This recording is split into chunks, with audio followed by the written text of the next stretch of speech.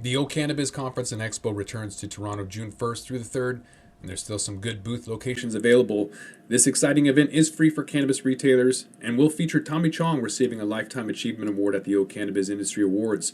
For more information about exhibiting or to register to attend, go to ocannabis.com. That's OCANNABIZ.com.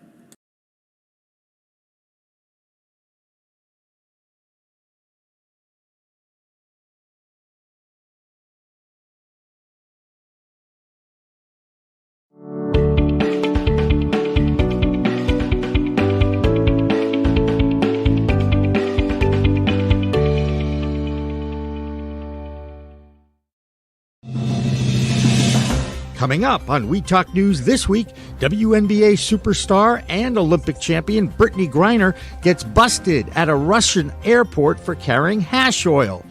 Retiring Colorado Congressman Ed Perlmutter vows to pester his Senate comrades until safe banking for cannabis gets passed.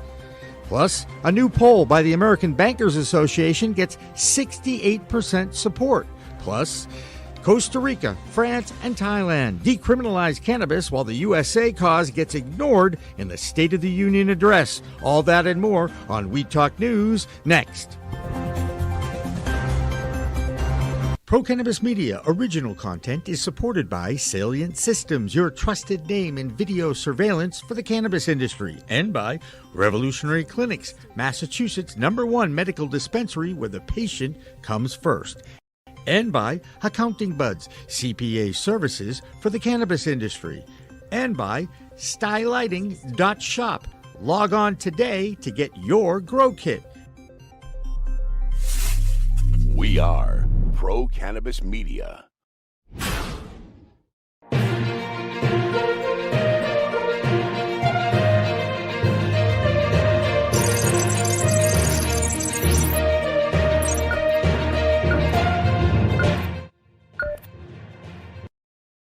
Hi, everyone. Welcome to Weed Talk News. I'm Elena Pinto reporting for Pro Cannabis Media. Our top story this week, once again, comes from Russia, as all eyes are fixed upon the ongoing war with Ukraine. Some U.S. officials are now trying to make it a priority to bring Brittany Griner home. Griner is a 7-time WNBA champion, a 2-time Olympic medalist, and now a Russian prisoner. A few days ago, Russian state media released video of Griner being detained at an airport for allegedly carrying vape cartridges with hashish oil inside. We're now learning the incident actually happened weeks ago, and Griner has been in Russian custody ever since. She could ultimately be charged with large-scale transportation of drugs, an offense that could put her behind bars in Russia for up to 10 years. U.S. diplomats are working to bring Griner home, but they say it will not be easy. Seems uncanny to be locking someone up for a vape cartridge while a war ensues. But we send our best to Brittany Griner and hope she can make it home safely with the help of officials stateside. However, it doesn't seem President Biden will be the one to pipe up and save the day. In a not so shocking turn of events, cannabis was completely absent from the president's State of the Union address. The items that did make the top of the list included infrastructure, opioid abuse, and veteran care. Ironically, all things that could be aided by legalizing and regulating cannabis. Go figure. Despite that, efforts to protect the plant and the dollar surrounding it are still going strong. A new poll from the American Bankers Association shows 68% of Americans want Congress to pass some form of legislation that protects banks that work with cannabis companies. But lawmakers on Capitol Hill still don't seem to be interested. Congress just filed a new spending bill this week, and language to protect banks is nowhere to be found, after we just battled 6 times to have the Safe Banking Act heard on the Hill. Co-sponsor of that bill, Colorado Rep. Ed Perlmutter, says he plans to pester members of Congress about adding that language until it's done. However, many cannabis advocates are saying they need Perlmutter to be more than a pest and actually get this legislation passed once and for all. Vote Pro podcast's Phil Adams has more on what's happening in the nation's capital this week. Phil. Hi, I'm Phil Adams from Vote Pro Podcast, and this is the Weed Talk News DC Report. An omnibus spending bill was introduced in Congress this week that once again includes a ban on recreational cannabis sales in DC. The provision, known as the Harris Rider, prevents the District of Columbia from using local tax dollars to set up a legal cannabis market. A number of cannabis advocates and lawmakers have expressed their disappointment. In a press release, Toy Hutchinson, president and CEO of the Marijuana Policy Project, said, quote, entrepreneurs who live in this minority-majority community are denied the ability to open businesses that are available in every other legal cannabis jurisdiction.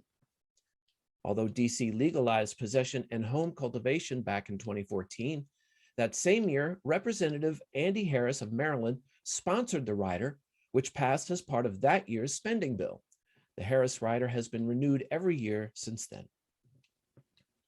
Legislation is now pending that would allow Veterans Administration doctors and patients to talk openly about medical cannabis.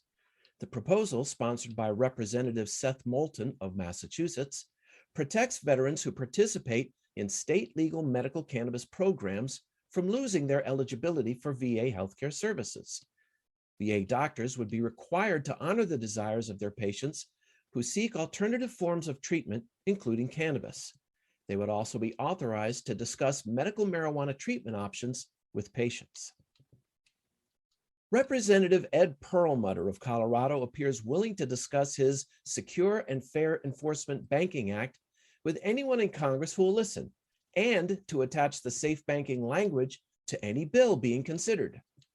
In February, he was able to get the language inserted into the large-scale America Competes Act, which now awaits a final vote. Last year, Perlmutter attempted to attach the language into the National Defense Authorization Act, though it was later stripped from the bill. Back in 2020, Perlmutter was able to get the language attached to two of the House-passed COVID relief packages, though it didn't make it into either final version. Perlmutter told the House Rules Committee point blank he intends to offer the safe banking provision as an amendment to, quote, every single bill I possibly can until it's passed. That's the Weed Talk News DC report for this week. I'm Phil Adams from Vote Pro Podcast. There is good news this week as other countries around the globe make moves with marijuana. Costa Rica has legalized medical marijuana across the country, and France is also tiptoeing into the medical industry. The country's government issued a decree last month that authorizes cultivation of medical cannabis, and now they're working on developing the full industry. And in Thailand, health officials seem hopeful that the legalization of cannabis will help the country's tourism market flourish once again. Now let's get a check on what's happening in Europe this week. Here's Stephen Arthur George. I'm Stephen Arthur George with SAG Advisory Services in Lisbon, Portugal. This is the European Cannabis Report for Weed Talk News. France is having a bit of FOMO when it comes to medical cannabis. As of March 1st, a new decree law entered into force for medical cannabis regulations. That being said, the regulators still need to implement it locally.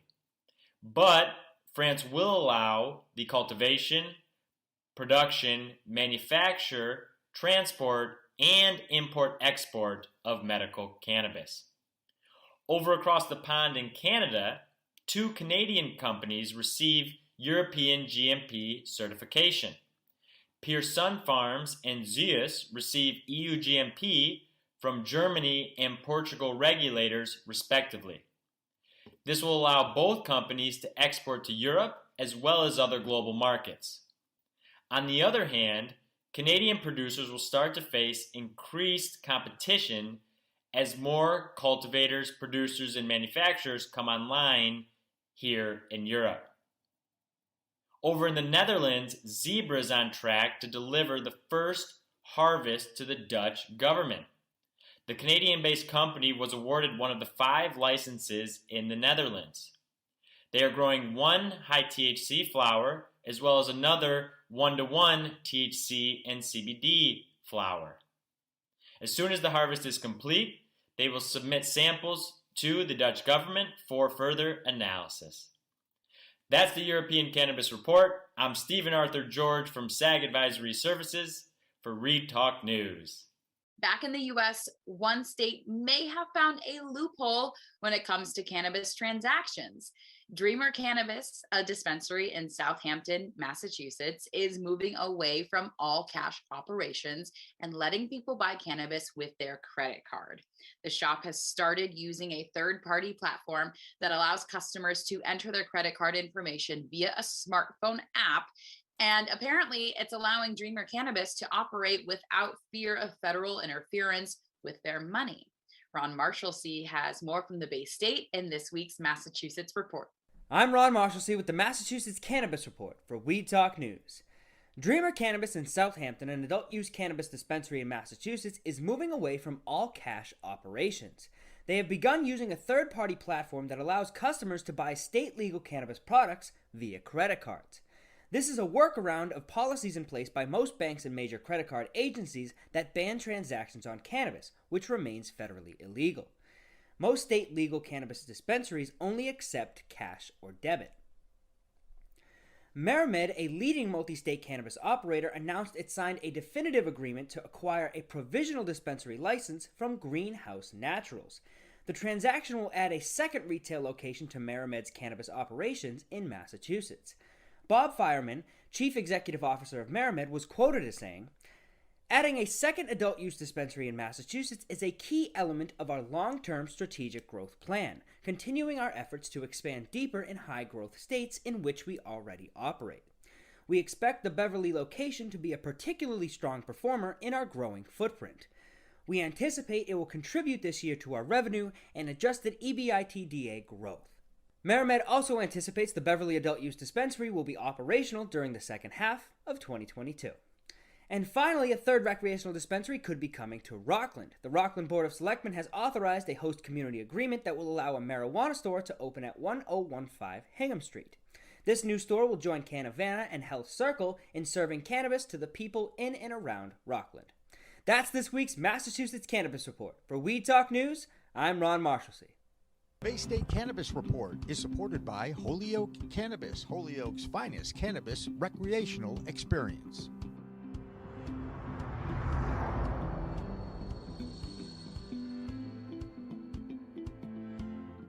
A battle brewing between MSOs, MedMen, and Ascend Wellness are locked in a litigious back and forth.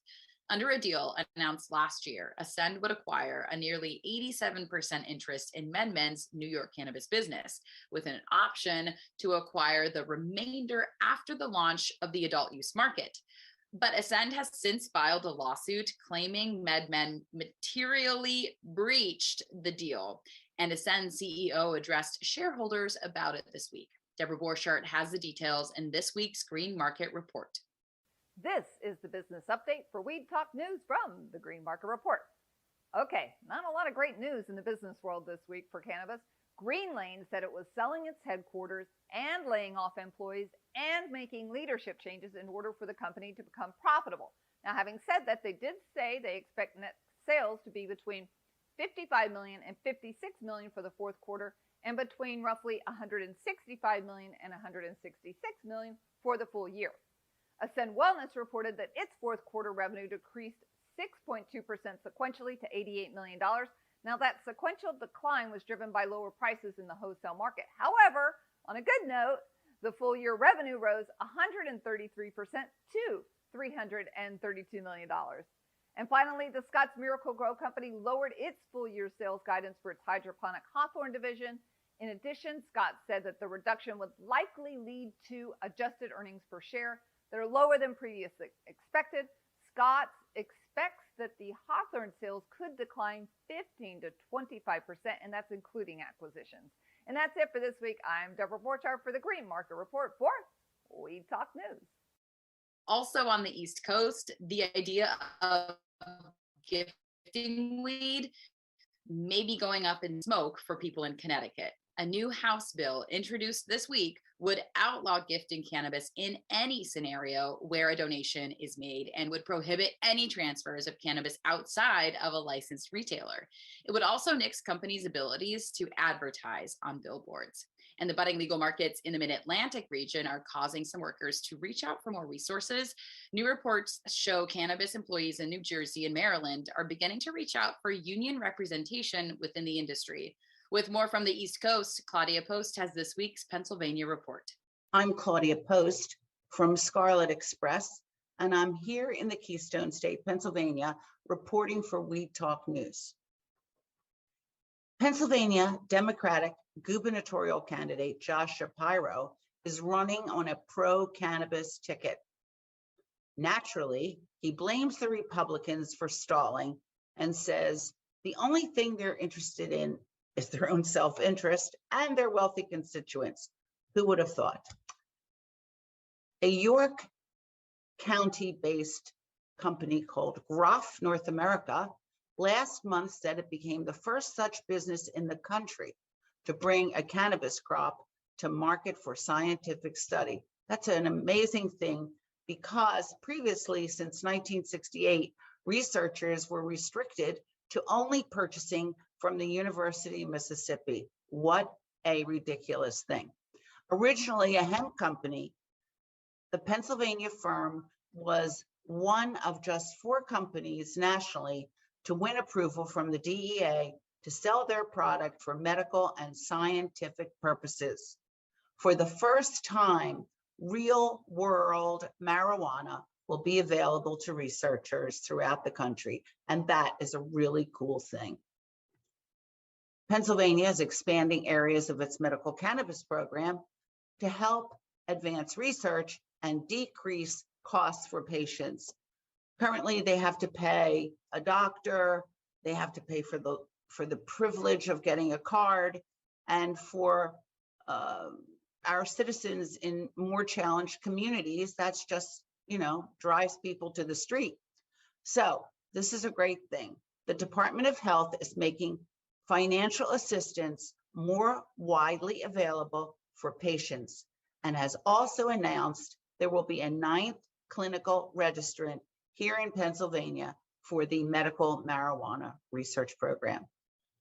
Our program will eliminate annual fees, eliminate all background checks for eligible caregivers, and distribute funding to each patient in the financial hardship program.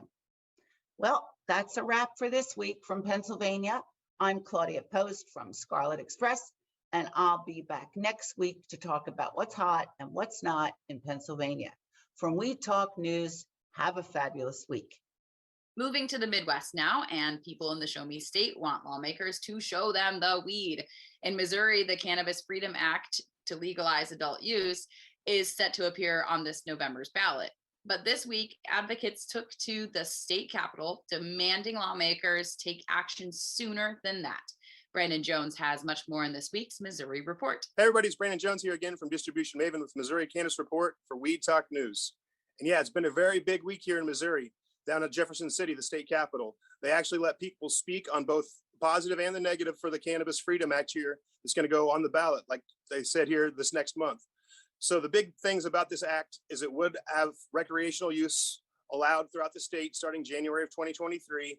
And then the second thing is anybody can actually have a dispensary in the state that has just filed their taxes here in the state of Missouri, just like any other business. They wouldn't have to go through the big licensing loops that there are now to figure out how you can actually get a license. So my good buddy Brennan England for Minorities for Medical Marijuana spoke and said that this was a big thing to allow access to minorities versus having to have, a big bankroll and having to have all this legislation and help from, a legal team to get actual access to have a dispensary here in the state. Another big thing is they're going to have an actual rally on the 29th at the state to bring more access and more awareness to what's actually going on here and see if we can get more people involved. And there is still 2 more weeks you can actually reach out to your lawmakers and let them know how you feel about this act. So please do. I'm Brandon Jones from Distribution Maven, from Missouri Cannabis Report for Weed Talk News. Thanks a lot, everybody, and have a great week. In Washington state, regulators will finally start requiring pesticide testing on all adult use cannabis products, a standard most legal programs already have. Washington state does already test medical marijuana for pesticides, and now those same standards will be applied to everyone's weed. I'm Josh Kincaid from the Talking Hedge with the Washington State Cannabis Report for Weed Talk News. Washingtonians are seeking to remove restrictive requirements for non-resident cannabis investors.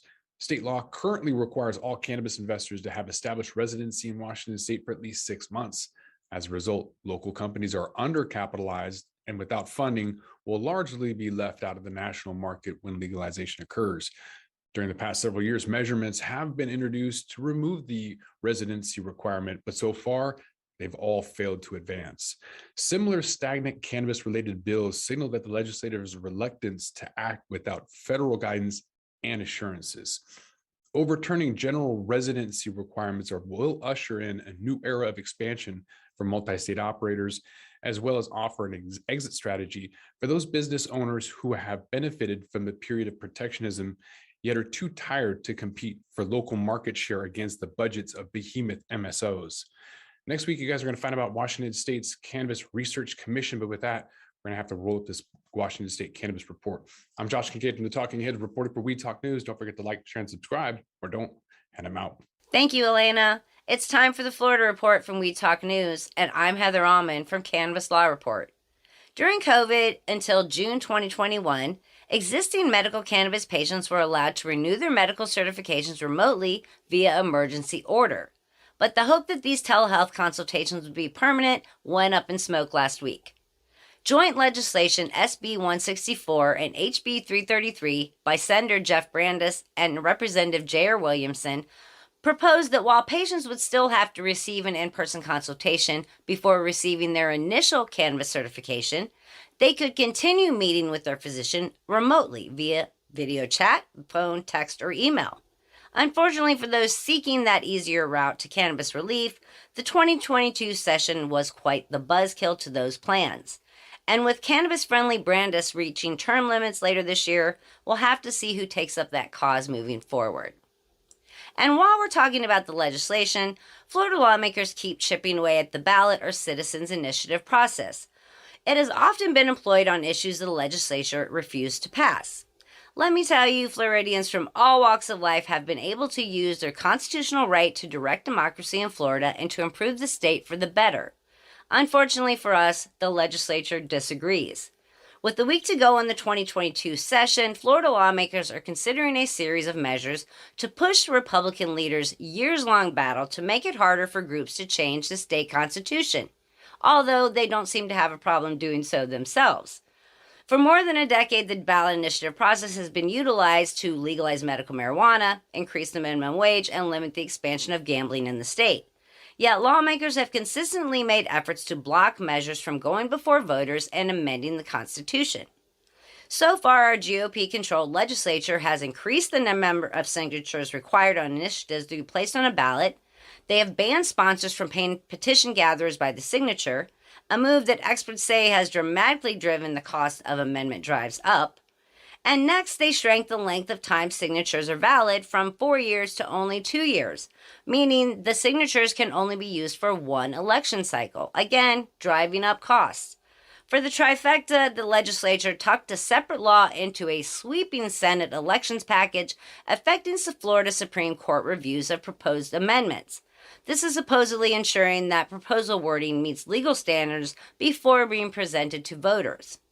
Currently, we have SB 524 that would require the Attorney General to withdraw requests for court reviews if proposals don't submit enough signatures to qualify for the ballot before that February 1st deadline. All of these are in the state's effort to restrict ballot and citizen initiatives. The ACLU of Florida says they are opposing all of these constitutional changes, labeling them death by 1,000 cuts. Let's hope the next legislative session sees more positive change for Floridians than it has this year. In other news, in case you haven't heard, the Emerald Cup launched a new cannabis classification system for the 2022 awards. The revolution underway at the Emerald Cup regards how they will assess excellence in cannabis, and with it comes a new system that will universally classify cannabis based on terpenes, flavor, and effects. The days of simply seeking out the highest THC total is rapidly fading as science has converged and finally proven that terpenes are at the root of the entourage effect customers are seeking. However, terpenes with their unfamiliar names and mysterious effects have mostly added another layer of consumer confusion to an already complicated, overly broad indica sativa hybrid simplification, whimsical strain names, and irrelevant THC percentages. The new Emerald Cup terpene-based classification can be easily used by consumers, bud tenders, dispensaries, judges, and growers, and will eventually trickle down to impact dispensary menus across the country. In preparation, the Medical Marijuana Treatment Clinics of Florida sponsored an informative educational webinar on Wednesday, March 9th called Focus on Terpenes. The series host, Mark Matoza, was joined by guest speaker Nick Manginski from Move by Verano, and participants learned about the terpenes found in cannabis and in the natural world, but more importantly, they found out how the right terpenes can match a condition and can increase the efficacy of medical cannabis products. Let's hope the new terpene chart can help.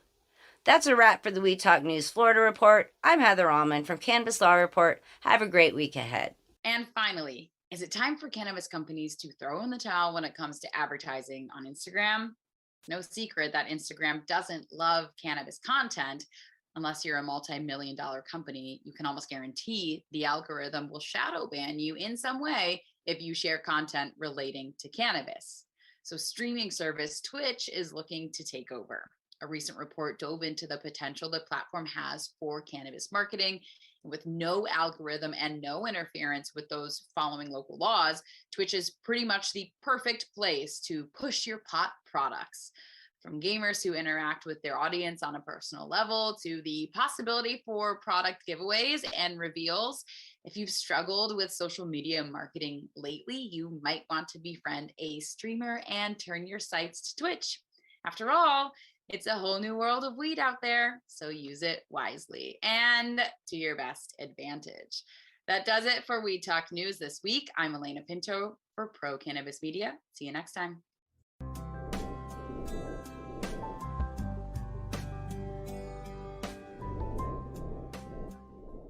Pro Cannabis Media programming is available live and on demand on our Facebook page at Pro Canna Media, on Instagram at Pro Cannabis Media, on LinkedIn also at Pro Cannabis Media, on YouTube and YouTube Live on Pro Cannabis Media, Twitter at Pro Canna Media, and on twitch.tv/Pro Cannabis Media. So like, share, and subscribe to all of our content, newsletters, and shows live or on demand. We are Pro Cannabis Media. I'm Larry Michigan. I'd like to invite you to join Jim, Marty, and me on our weekly podcast, The Deadhead Cannabis Show. Each week we explore the latest cannabis and jam band news and reminisce with other cannabis industry deadheads and jam band aficionados about the great musical acts that we've seen and heard. Check out a new episode every Monday at mjbulls.com or wherever you listen to podcasts.